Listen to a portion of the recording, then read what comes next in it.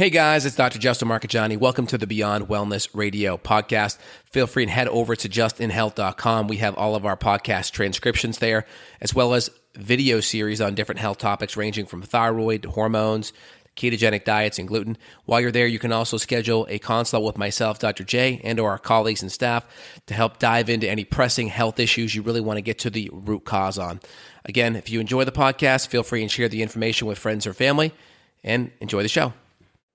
And we are live. It's Dr. J here in the house with Evan Brand. Really excited. We are back doing our live podcast. Really excited to be back in the saddle. Evan, how are we doing, man? What's going on? Oh, doing really well. I'm excited to talk about stress. My wife, she woke up this morning and she's like, my jaw's tight. Was I grinding my teeth last night? And maybe you need to talk about that today. So I thought, okay, everyone is stressed. There's a lot on everyone's plate, but it's really how you respond to it that really determines whether it makes you and you become someone and something and you get success out of your stress, or do you just get frazzled and burned out and you resort to alcohol and tobacco and other addictions, chocolate and wine and whatever else to cope with that? And I think there's a lot healthier coping mechanisms for stress, for burnout, for feelings of overwhelm. And you and I have done this for years clinically. We've helped people through the toughest of cases. You and I have taken the huge load on our shoulders of, trying to be the helper, be the healer with someone that's struggling. And that's a lot. That's a heavy toll on us. So there's things that you and I do personally, and then there's things that you and I do clinically. And then we've got some studies to kind of verify, what we're seeing. 100%. So when I look at stress, you have the actual stress issue, like whatever that stress issue is, right? And so feeling anxious or feeling stressed about an issue is a good thing, right? Part of the reason that is there is to get you motivated to get off your butt to solve the problem. So I always look at the issue and I'm like, all right, why do I feel stressed? Usually you haven't closed the loop yet. I call it closing the loop. This problem, right? You take action to resolve the problem goes away. That's the closed loop, right? And so you have a lot of people with open loops, meaning they have a problem out there and they haven't even figured out the solution. So when it comes to being healthy and having good neurotransmitters, good adrenal function, good healthy diet and lifestyle habits, good anti-inflammatory type of environment, nutrient-dense foods coming in, good nutrition, your ability to process, one, that stressor, when it hits you, it's not going to hit you as hard. It's not going to knock you off your pedestal. Two, you're going to be able to adapt and you're going to be able to think clearly and troubleshoot whatever the issue is. And so I always look at a problem. I say, okay, got it. How do I close the loop on that? What's the action item to execute that? So I always just kind of get clear, have a list. What are the things I can do and set in motion to resolve the issue? I think it's really important.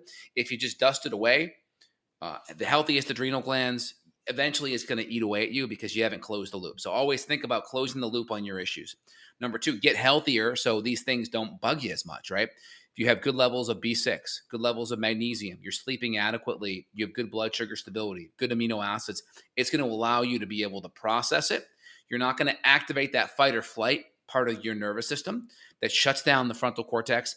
It activates the reptilian brainstem part of the brain that's all about fight or flee, fight or flee, fight or flee. And so the more you can keep this kind of reptilian brain from being activated, and then you can use that frontal cortex, you'll be able to sit back, be calm, troubleshoot the issue, and close the loop. And this is hard if you've got toxins, if you've got Lyme, different infections. I mean, we've seen in the literature that certain infections and toxins basically decrease the blood flow to that front part of the brain. So you become a monkey. You do become primitive. As you mentioned, this reptile brain kicks in and you can't make good decisions, and you certainly can't comprehend the future. You get stuck living in the day, the hour, the minute with that stress. And when you say close the loop, I think that resonates for a lot of people, but many people are afraid to close the loop because this means that they have to end a friendship that's toxic. They have to end a marriage that's failing. They have to fire someone that they don't like. They have to quit their job because they have a bad boss. So, closing the loop sounds so simple, but this could be a huge roadblock, for people. And I've seen it to where you've got a woman eating perfectly. She's doing amazing with her supplements. But for example, here's a case study. She's in an open relationship and she's miserable and she hates it and she's jealous and her husband's with these other women and she doesn't want him to be. And so there's issues there. I don't freaking care how much ashwagandha this lady pops. She's not going to supplement out of this situation. That's intense. And there is a place for closing the loop, and you can't supplement your way out of a situation like that. Yeah. In relationship, it's always good to have healthy boundaries, right? It's like good fences make good neighbors, right? Having good emotional boundaries and how a relationship operates, right? If your family's asking 10 times of you, then you, then 10 times of you, then they help you on the backside, right? This kind of parasitic give and take on that. So you always have to have clear boundaries. I think it's a really, really important one. There's an awesome book out there by Henry Cloud called Boundaries. That's a really good one when I see patients in relationships. It may not even be a relationship with their spouse. It could be a relationship with family or friends where there's just kind of a parasitic element of people asking many multiples from that person, then that person's providing back. And there should always be a give and take, right? I always tell patients, like, when you play catch, I throw the ball, you throw the ball, right? Emotionally, there's a give and a take, and it's back and forth and it's equal.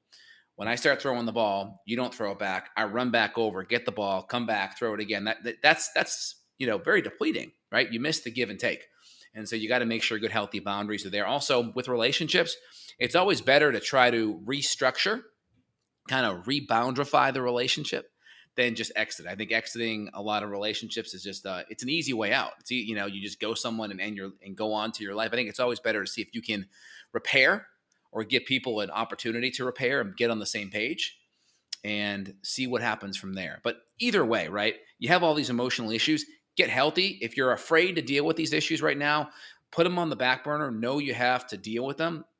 Adjust your expectations of healing and try to get healthier so then you have better energy, better focus, better calmness to address whatever the problem is.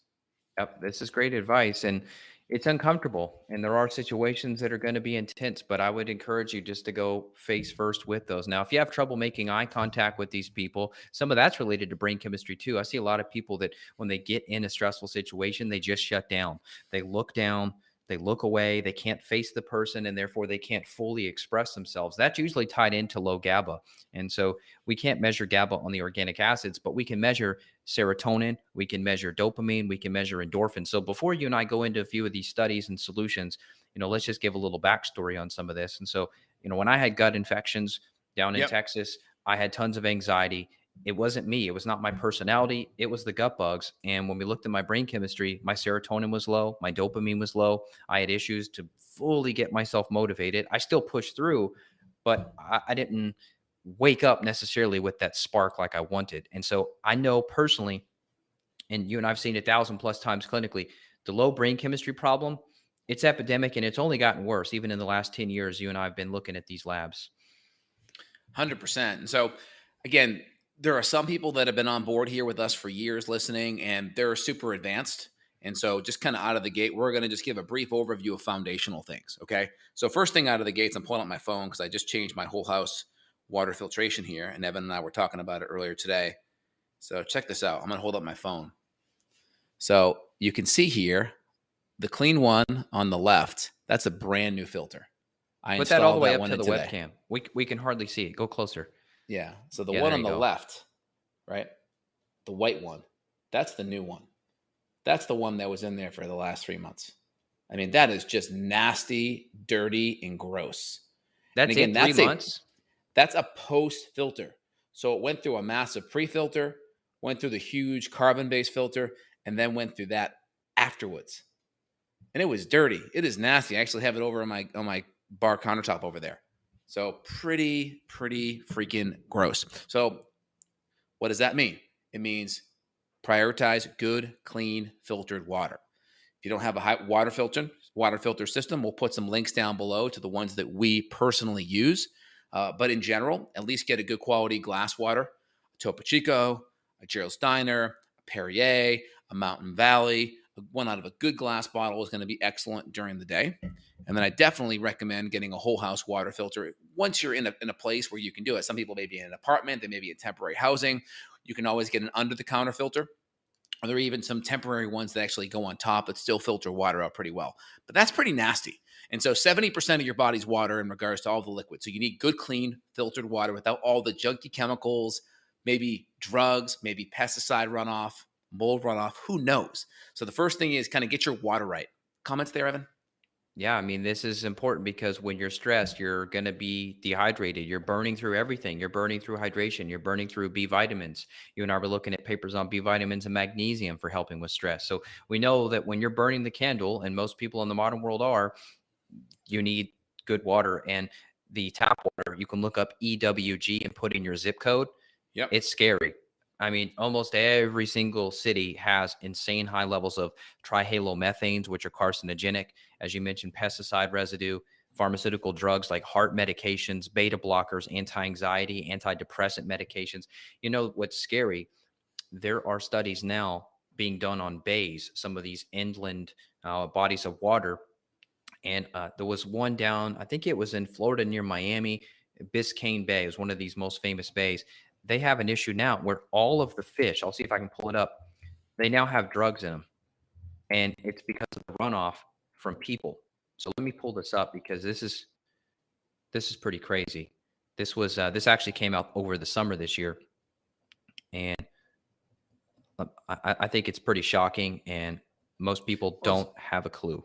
Yeah, there was that famous study on atrazine up at UC Berkeley showing the frogs were essentially having reproductive organ issues, like major.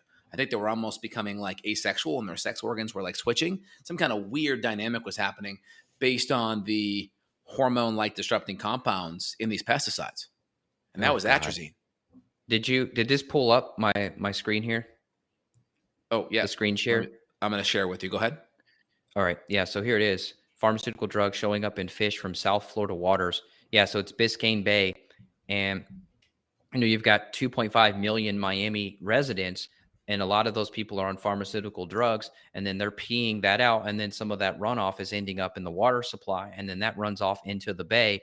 And then the fish then accumulate those drugs. So they did a 3-year study. They found Valium.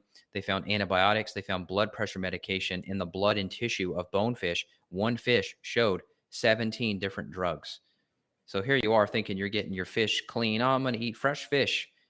It's like, well, you're looking at antidepressant, prostate treatment medication, antibiotics, pain relievers. That's insane. Now they're saying good news is that this is a catch and release species, but what about the other fish that people are eating? So, I don't know. Absolutely. I don't eat a ton of fish. Oh, absolutely. So, I mean, getting your water clean, getting your food quality clean, organic food. Here's the atrazine study. They were talking about it here at a UC Berkeley press release back in 2002, but it was April 16th in the National Academy of Sciences, UC Berkeley.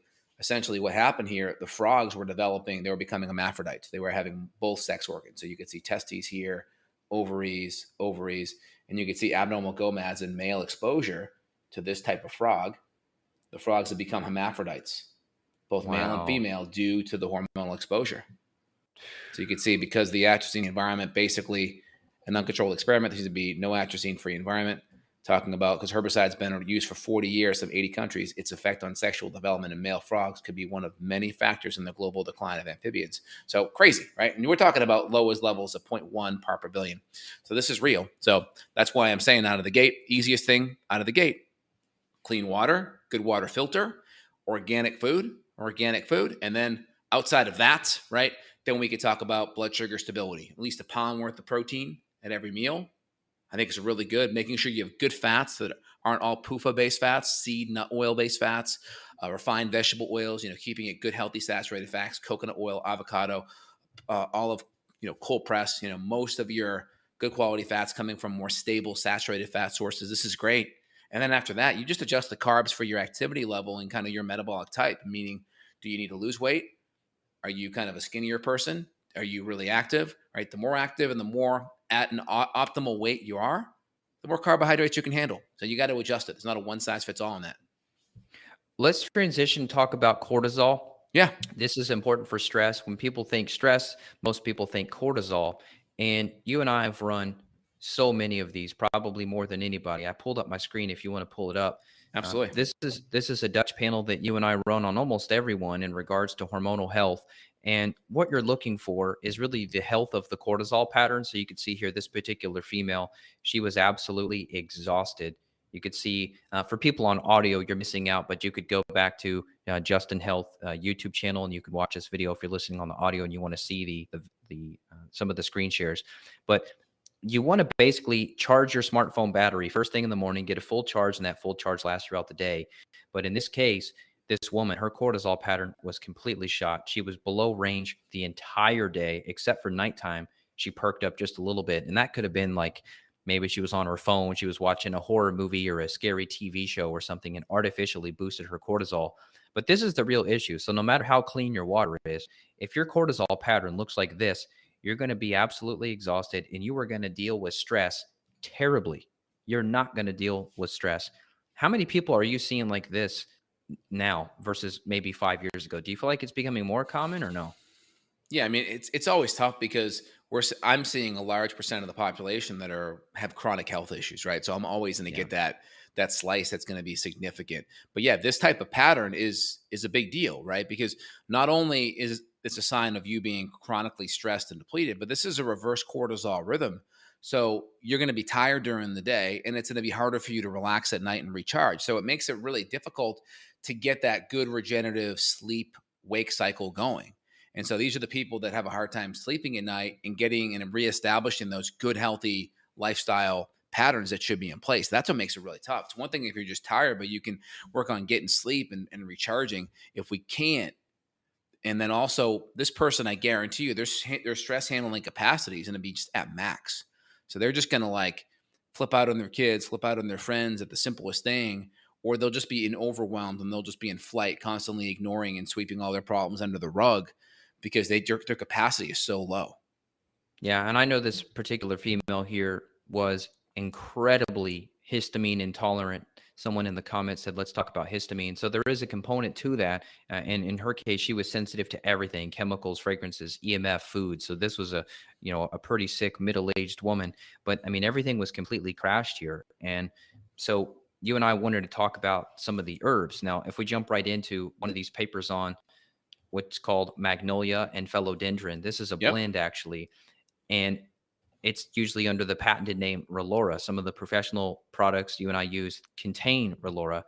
Now, this is a good option for reducing stress and anxiety, but the problem is you really don't just want to start taking supplements without the clinical data, because if you look back at that woman and the cortisol pattern is completely crashed, if we were to go to something like Relora, I would say this is not an appropriate thing to use, because if you look at the results of a study of supplementing Relora for 4 weeks, the salivary cortisol was 18% lower in the Relora group. So what that means is they saw less stress, less tension, less depression, way less anger, less fatigue, less confusion, and a higher mood. But would you say in her case that's not appropriate because she was so crashed already? We don't want an 18% reduction in cortisol. Now, the question is what type of people were in that group? Because a lot of these adaptogens, if someone's low, like ashwagandha, for instance, there's studies on ashwagandha helping to lower cortisol as well as increase cortisol. So I would Right. say that the adaptogens are probably not like a drug where they're going to suppress. If someone's already low, they're probably going to more help that HPA axis kind of adapt. Now, there are certain True. adaptogens like ginseng or licorice that may be more stimulatory. Even if someone's high, it may still overstimulate. So you got to be careful with overstimulating ones. But usually, ones like holy basil, magnolia, ashwagandha tend to be more adaptogenic. So I'd be curious about that, what that sample size was. Were they kind of higher cortisol people? If they were higher Yeah. cortisol people, then that would totally make sense that the herb was working to kind of bring things back into balance. Does it say it all in Yes. that study?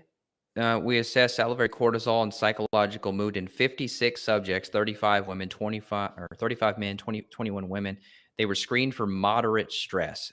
So that would have been interesting if they would have came in and did a cortisol panel on all these people and showed the before and after. But that's okay because you and I have seen this a lot clinically. And as you described, we like to just give the nutrients to let the body do what it needs to do. Meaning, we're not coming in Correct. with Cortef necessarily and cranking her up. Right. We're giving HPA axis support, and the body can figure this out on its own in many, many cases. And the fact that a lot of these symptoms improved, it's probably not a low cortisol person making their Hmm. cortisol lower because those symptoms would get worse, right? They would actually, they Yeah, wouldn't the be fatigue. improving, right? So the fact that they're coming down, there's probably an improvement. So I imagine these people had higher cortisol patterns to begin with. And that would make sense.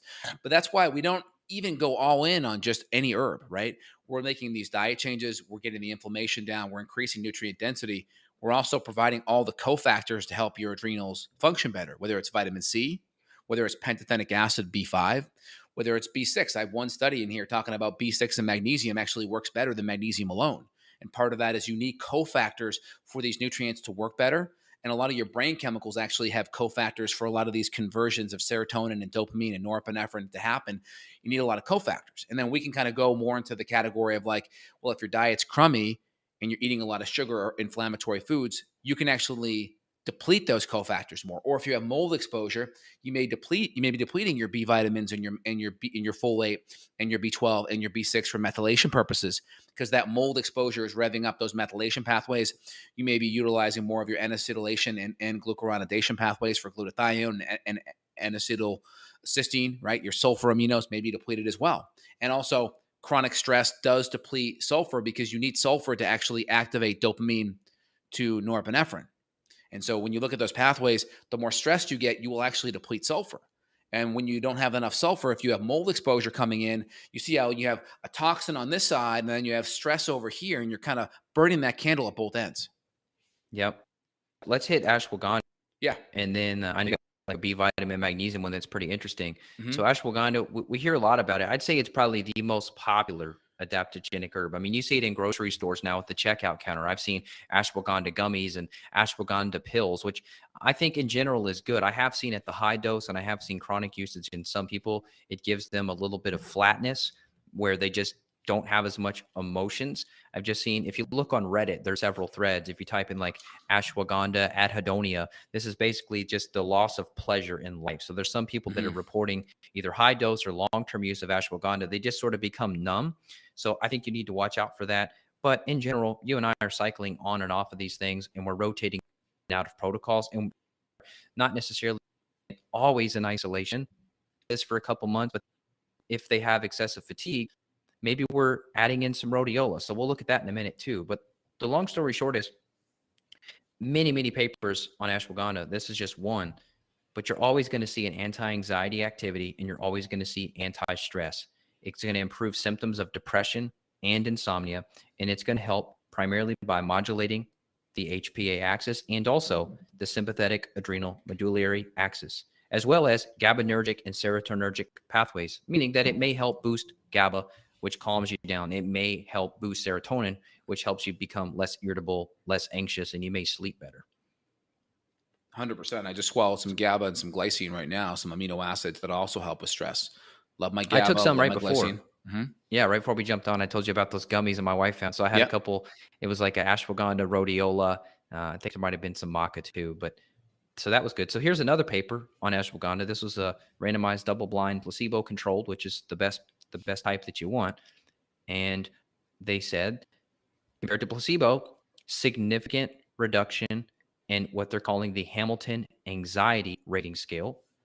So significant reduction in that, and a near significant reduction in the depression, anxiety, and stress scale. Also, reductions in morning cortisol, testosterone levels increased in males. So you and I didn't mention that, but stress, no surprise, stress is going to negatively affect your hormones too. Stress is going to reduce testosterone. That's going to affect your sex drive. So when you see that Viagra is being passed out like candy now, you wonder what all's going into that. Stress is a big component. Yeah. We just saw a major study come out last month looking at the effectiveness of antidepressants. And there showed to be, no long-term benefit with a lot of these antidepressants. I think that was a Lancet study out of UK. And so we kind of look at a lot of the antidepressants. We look at the mechanism that's happening there. We know there's data on things like tryptophan and 5-HTP and B6 helping. So there definitely is like a depletion theory where people are chronically stressed, and then as they are stressed, they do deplete their serotonin, they deplete their dopamine. We see that on organic acid tests. But the medications for it that are blocking these reuptake ports, trying to accumulate more serotonin between the synapses, may not be the right school of thought. And there are a lot of doctors and people and pharmacologists looking in the direction of just brain inflammation. And so everything we do in functional medicine is about reducing inflammation. So when we give this nutrient or this herb, we're doing so many things in the background, diet and lifestyle wise, to reduce inflammation. There's so many variables we're moving. So it's so hard in functional medicine world to do a double-blind placebo-controlled trial, because in those trials you have to typically control a variable or two at once. If you control 10 variables at once, 12 variables, there's just too many things moving in one direction to know which one was the deal breaker. And like in this one study over here, I'll show you where they looked at tyrosine supplementation under stress for cognitive demands. I'm going to pull this trial up here. So this was interesting right here. And this is kind of why we like to test and not guess, right? Assessing over guessing. So they looked at dopamine, tyrosine, which is a building block for dopamine, right? It goes phenylalanine, then tyrosine, and then it goes L-dopa to dopamine. And then under stress, dopamine can get converted to norepinephrine. And then you actually use a lot of sulfur from dopamine to norepinephrine. But they talked over here that the potential of using tyrosine supplementation to treat clinical disorders seems limited in benefits. But then it talks about down here, tyrosine does seem to effectively enhance cognitive performance, particularly in short-term stressful or cognitive demanding situations. We conclude tyrosine is an effective enhancer of cognitive function, but only when neurotransmitter function is intact and dopamine or norepinephrine is temporarily depleted.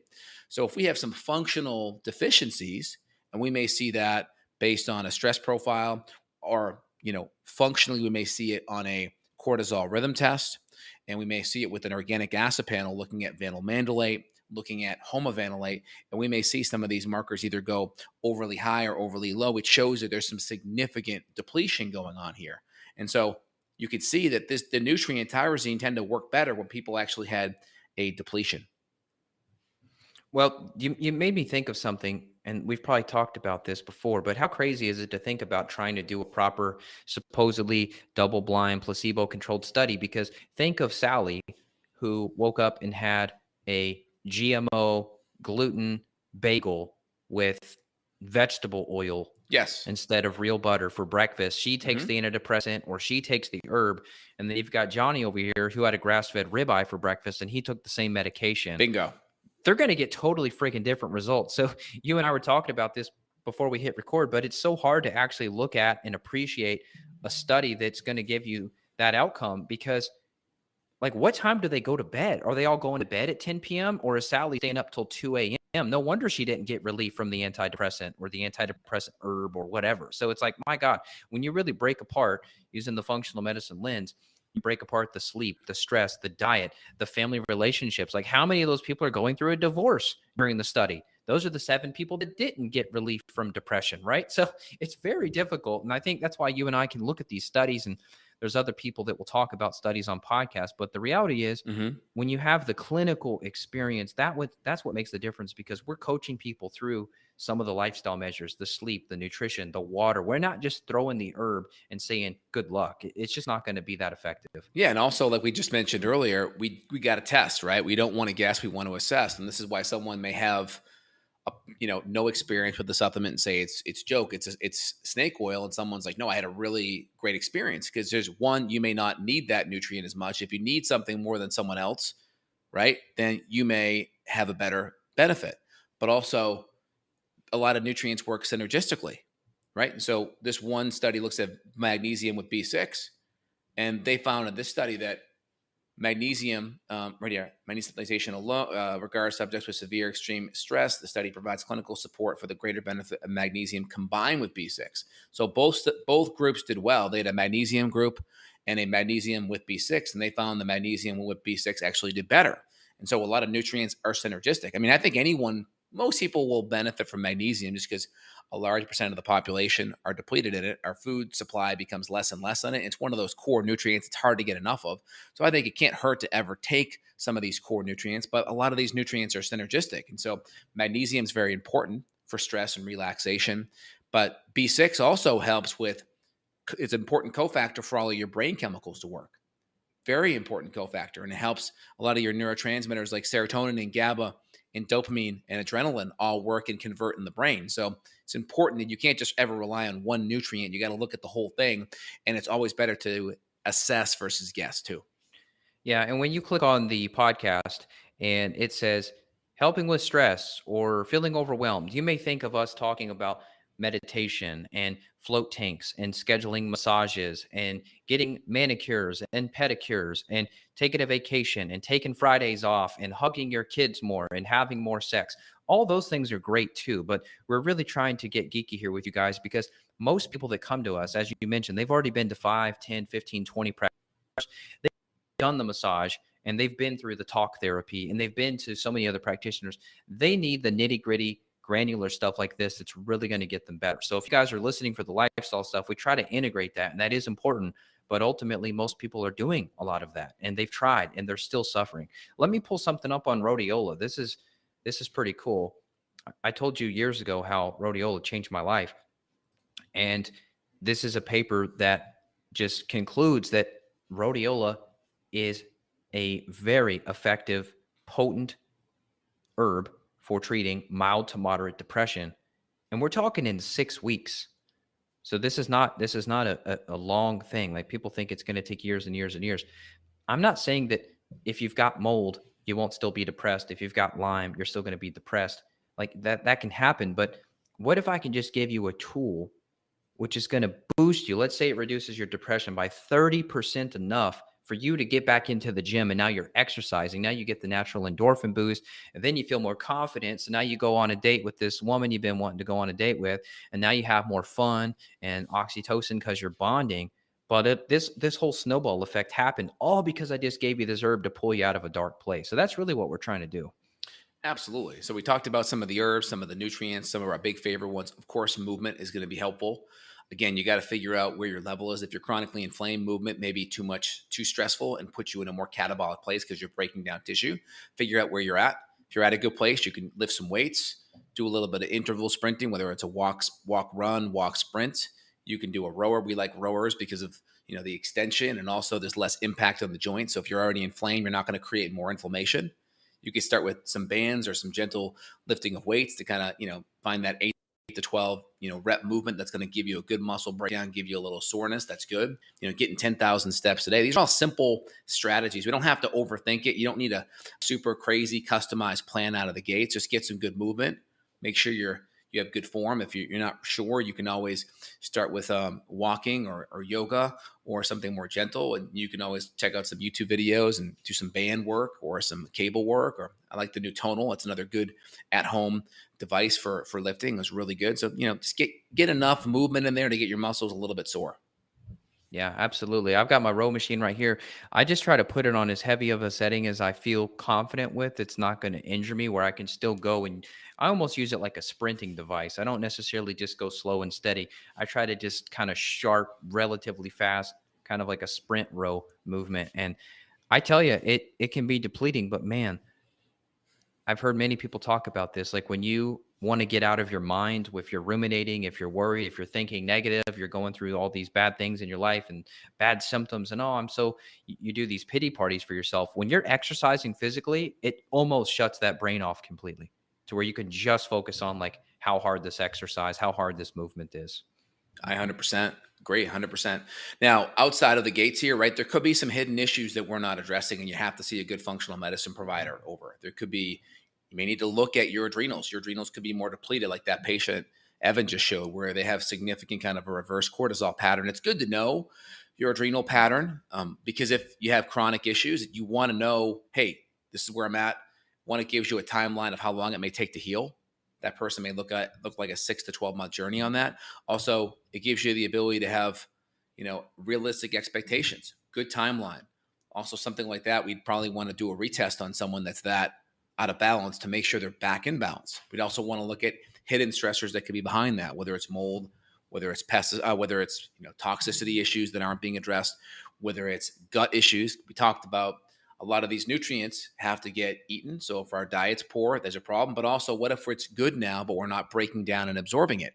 That's where we'd have to do deeper testing on the functional medicine side to see how you're doing digestive-wise with HCl and enzymes, see if there's any gut bug issues. And then we can also do other intercellular nutrient tests, whether it's organic acids or NutriEval, to look at other kind of intercellular nutrients. So there could be some other hidden stressors going on there. I always say just kind of start from the ground and work your way up. Start with the low-hanging fruit. Keep it simple because that provides a good foundation anyway. But, if you have chronic issues, you definitely want to reach out to someone like Evan, evanbrand.com, or someone like myself, Dr. J, justinhealth.com, for the deeper issues. And we'll put links down below so y'all can reach out. Evan, anything else you want to add before we wrap things up? Yeah, I think for people that are in a short-term acute stress, they have to travel for a wedding. Mm-hmm. They're maybe going on a honeymoon. Sounds fun, could be stressful. Travel, new food, new water supply. They're new parents. They've got small children. Those are situations where you may come in, not small children, because those are long-term stress. You and I can attest to Yeah. that. But Yeah. honeymoon, new marriage, whatever. So those acute stressors, you could probably do some of these formulas, whether it's Tonkat or Magnolia or ashwagandha, rhodiola, holy basil. There's many options. Extra magnesium, B6, GABA, taurine, inositol. These things are great, but if you have been stressed and feeling overwhelmed for 1, 2, 3, 5, 10, 20, 25 years and beyond, you really don't just want to go try to get rhodiola and get your way out of it. It's not going to happen. I've tried. Hmm. I took so many supplements when I was sick, and it helped me to stay alive, and it helped me to continue to work and be up on my feet. But I knew that ultimately I was missing something. And it wasn't until I really cleared the parasites, cleared the H. pylori, my energy started to come up. Like I was on rhodiola while I had parasites. I was still tired. I was less tired, but I was still tired. And I think the problem is like naturopathic medicine. So naturopaths specifically, they may come in and instead of, Cortef for cortisol, they give you licorice and ashwagandha, which is great, but then it stops there. So you really have to ask the question, why? Why did I get myself into this? How did I get into this? Was this the bad relationship, the moldy apartment, the college dorm that got me sick? And I think people need to just ask why a few more times. So, like, I'm tired. Okay, here's rhodiola. But it could be, hey, I'm tired. Well, why are you tired? Well, because I'm stressed. Why are you stressed? Because I'm in a bad relationship. Okay, so we need to work on that. And if people keep asking why, usually you're going to uncover some stuff. And I just encourage people, don't be afraid to look in those dark spots. Don't be afraid to look in those corners 100%. where there's some cobwebs of things that you've been emotionally shoving away. As you mentioned, dusting it away or putting it under the carpet. Yep. Eventually, those things are going to weigh you down. Yep. And someone in the chat talked about a Epstein-Barr virus kind of plummeting their energy recently. Well, when it comes to Epstein-Barr and some of these viruses like Epstein-Barr or cytomegalovirus, it's very rarely the virus just comes out of the blue and just knocks you on your butt, right? Usually there's some level of depletion going on and it's the straw that breaks the camel's back. And so yeah, there's different supports we can do to address viral issues, whether it's silver or monolaurin or reishi, right? Different herbs and nutrients, cat's claw. But you got to look at how did your immune system become so compromised and susceptible to it? And you tend to have to work backwards and fix all of those issues that led up to this point. It's very rarely something just coming out of the blue and doing all of it. It's usually a level of susceptibility that you incurred, and then this virus came in. So you have to really address everything, never just one thing. Yeah, I've seen that too. And I've seen it with a lot of things that are probably still controversial on YouTube. But we've seen things that people put in their bodies that all of a sudden reactivate Epstein Barr and other problems. Yep. We've seen this in celebrities, we've seen this in clients. So, yeah, Yep, it's totally absolutely. happening. But guys, we want to give you actionable information. A lot of people out there, it's just like sales, sales, sales, market, market, leave you kind of hanging. I want everyone to kind of listen and be like, all right, here's some foundational things. When we're talking and doing a long podcast, it's super easy to get overwhelmed. So just pick one or two things, execute, execute, execute, action, action, action. And then if you're feeling a little bit overwhelmed or you want to take next steps, you have Evan and I for resources. It's all about educating. It's all about empowerment. So we'll put links down below where you guys can reach out and work on taking the next steps. But worst case, just continue to take action. We're here to help. Absolutely. So go take a bath, do your lavender, your Epsom salt, and all that. Get your mind right. But then ultimately, you got to figure out what's under the hood. Love it. Very good, Evan. Wait, great chatting with you, man. Glad we're back in the saddle. You too. Take it easy. Talk to you soon, brother. Take care, everyone. Bye now. Bye, y'all.